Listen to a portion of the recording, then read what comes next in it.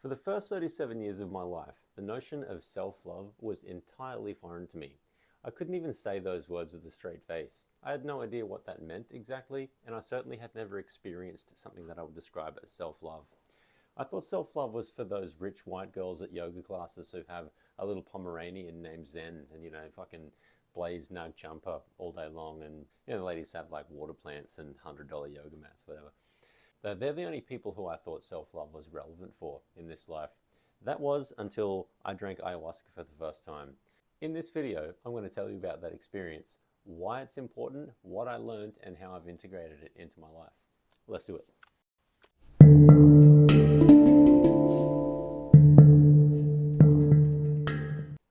So my mental health is a bit like the price of Bitcoin. It was looking really favorable for a little while there, and then SBF happened, the whole industry tanked, it all went to shit, and it felt like the whole world lost faith in the project, including me. But I'm hanging in there, I'm too heavily invested, and now things are on sort of like a steady positive trajectory, and I still believe in the project. Now, I'm not suggesting ayahuasca was the single and only factor in that changed the direction of my mental health and guide me into calmer waters, but I think it was certainly a very, very big factor. And in this video, I'm going to tell you why that is. So, a little bit of context. My interest in psychedelics and plant medicine goes back many, many years. Like most people, I went through an exploratory phase, experimenting with things like cannabis and psilocybin mushrooms, and then later LSD and then DMT. I dabbled in other sorts of party drugs, but psychedelics really got me in a way that other drugs did not.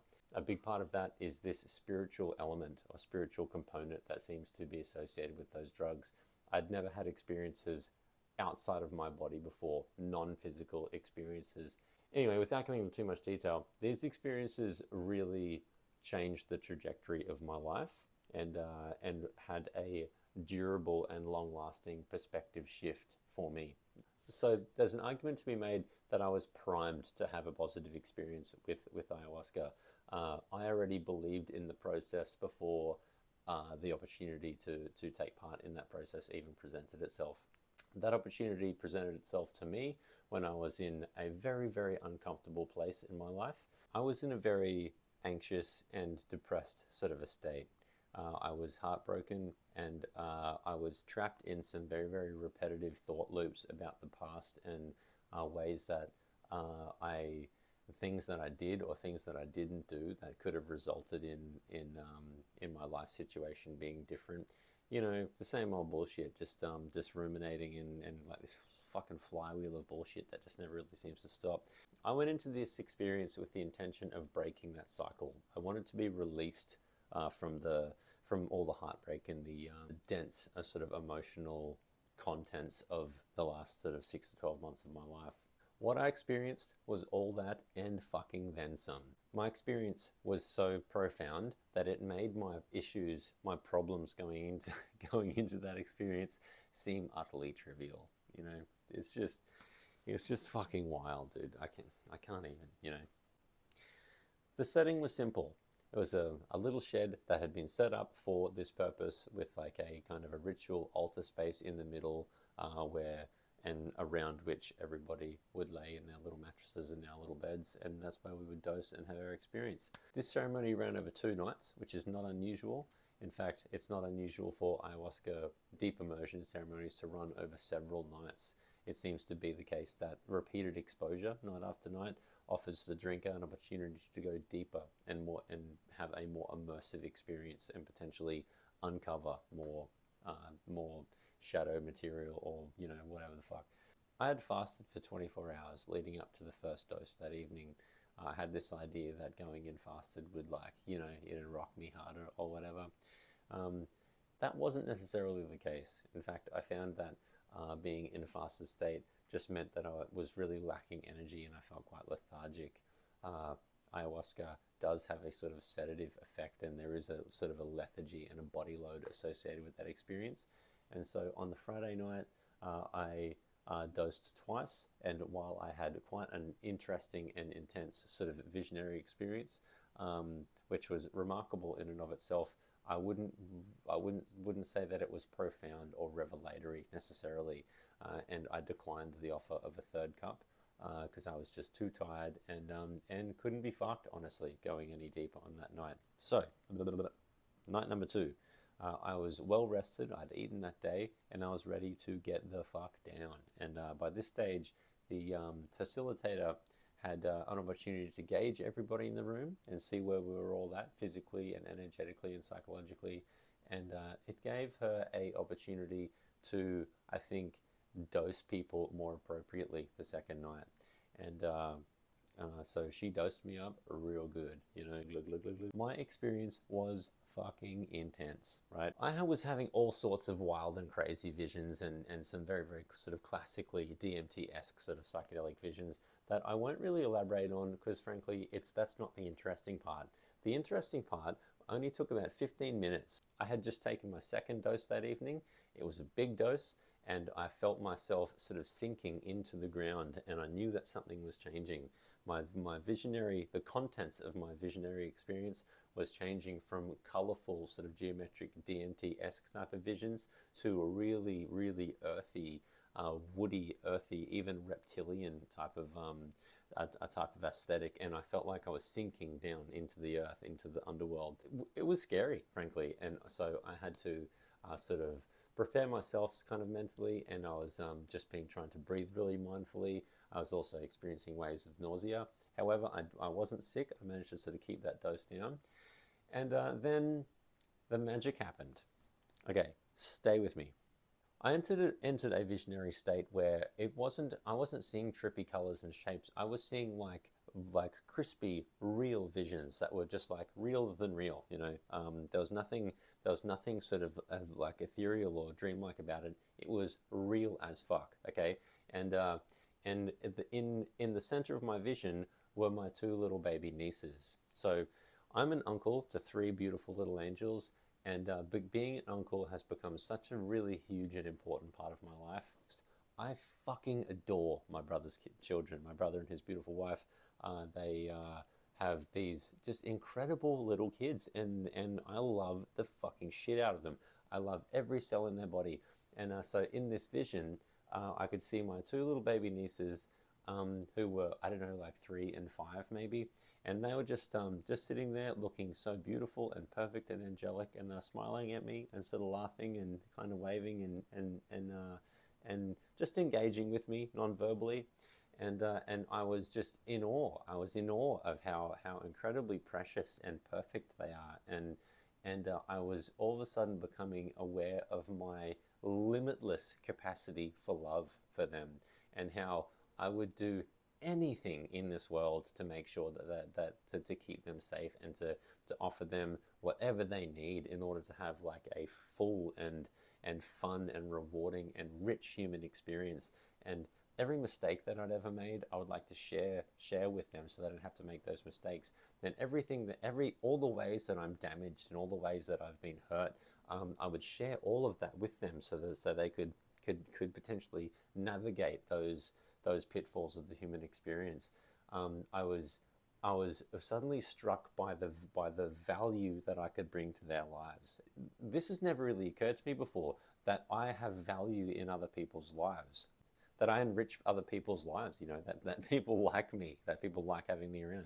These kids, man, like they fucking adore me. And so they're so good with my self-esteem. Anyway, so I'm just like having these just to call it waves of love is a dramatic understatement. It was so intense, like realizing what I was and what I could be for them. And then I realized that in this visionary state, I was holding my little baby nephew, and he had only just been born. He was a little blob. I hadn't even really had an opportunity to connect with him properly. But then here I am nursing him in this fucking astral plane. And it's just sleeping in my arms and so calm. And we were co-regulating. My breath was so incredibly deep and just effortless, and it felt amazing to feel air filling my lungs. And on every exhale, I would hum to him. And I mean, there are a few things in this life that I don't do. I don't run and I don't sing. I run when I'm chased, and I just don't sing, right? But in this visionary state, I was humming to this little baby boy, and he was just in this just blissed out little Buddha state, and I was beside myself with like to say it was ecstatic doesn't do it justice. I was feeling so empowered and so like I was feeling strong and relevant and like I had purpose and that I had so much to offer. You know, I felt like I was had so much to offer these kids. You know, and then I'm looking back up at my little nieces and they're smiling and laughing back at me, and it was such a beautiful experience. But that's not even the good bit. Then I shifted my focus back down to my little nephew, and he had transformed into me. I was holding myself as an infant. I was holding this beautiful, perfect little innocent angel, and it was me, you know. Um, and so all of those feelings, all of that feeling empowered to look after and to care for these kids, and like I would do anything for this child, and it was me, you know. And so this was fucking revelatory, you know. This was the first time in my entire life that I'd felt like I had the capacity to care for myself. And it was like, you know, not like a light bulb going off. It was like a fucking atom bomb going off in my soul. Like I just got it. Holy fuck. All I have to do is love myself. It's, I'm equipped with, like that's inbuilt. I can do this, you know? And I'm holding this glorious little child, and it was me. And then so I'm erupting into tears at this point. Like I was kind of crying and laughing at the same time. It was just such an intense explosion of emotion inside of me. And then I was like witnessing, again, in this visionary state, a montage of myself moving through my developmental phases as a child and into my adolescence, never being happy with who I am, never being happy in my body, always feeling inadequate, always feeling ugly, always feeling like people don't really like me, you know, and this effort that it takes to just be me, you know. And but I was re-experiencing that as like what it felt like to be me at those different stages of my life, but then having this like kind of higher self perspective of just radiating love down onto that child, onto myself. And you know, in all the ways that I wish there was somebody in my life to do that for me, you know. um, uh, Here I am popping out at the end of this journey, and that person is me. That person is me. You know, no one in this life can love me like I can love me. You know, and then so watching this fucking montage, and moving through my adolescence into my adulthood, and then popping out as a present day fully formed adult, just like what you're looking at right now. And this sounds crazy, but it was just this fucking like epiphany that it was like Grand Theft Auto. I'm just have this little character, and I'm holding the controller, and all I got to do is look after that little character, make sure he gets enough sleep, make sure he drinks enough water, make sure he spends his time in the right company, enrich that little fucking character's life, you know.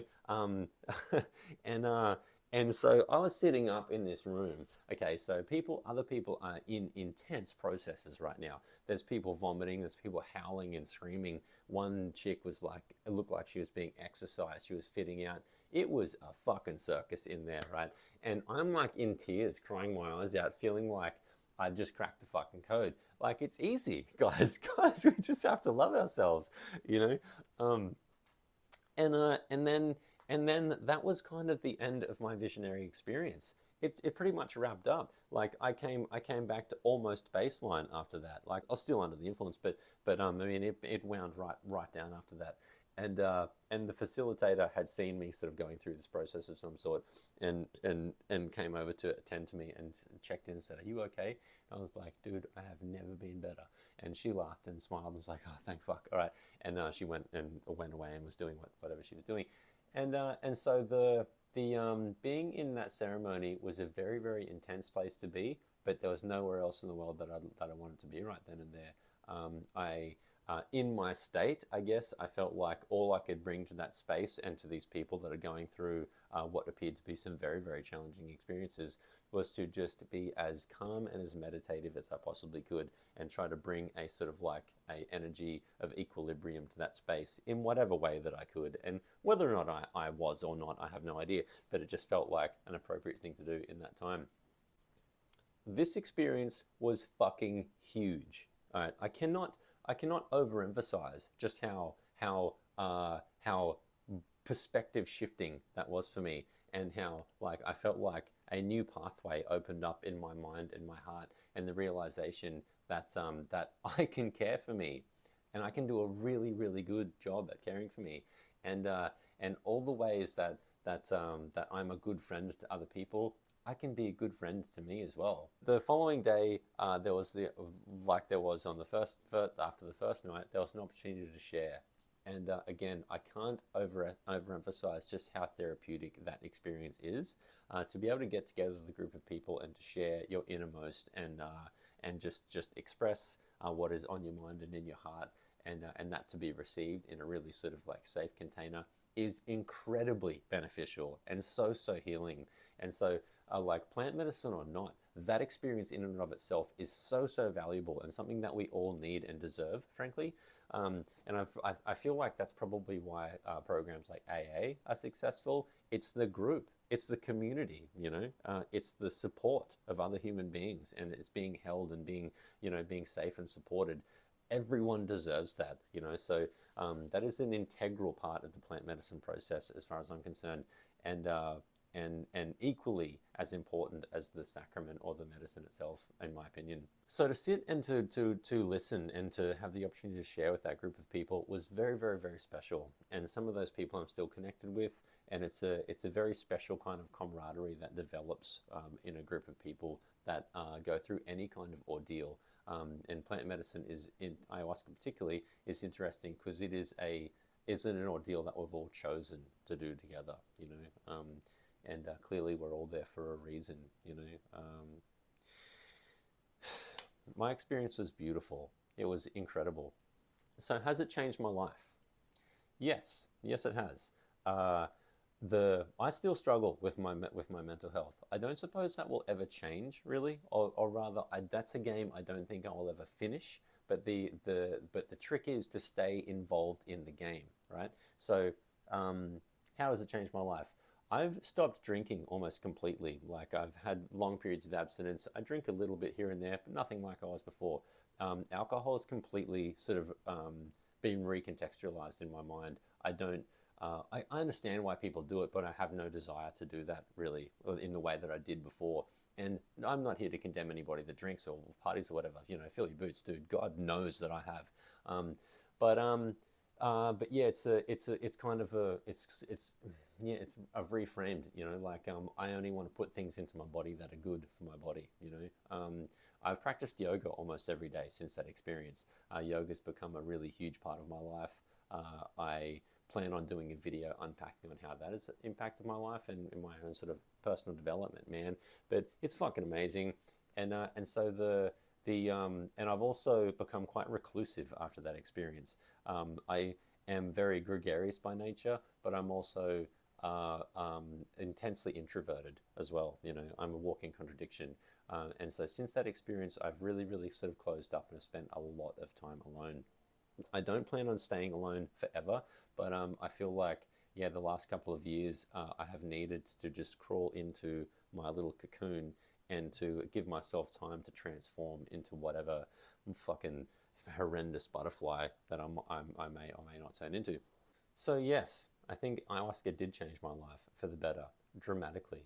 I am not out of the woods. I still struggle with my sort of mental health and my kind of issues around self-worth and external validation and so on.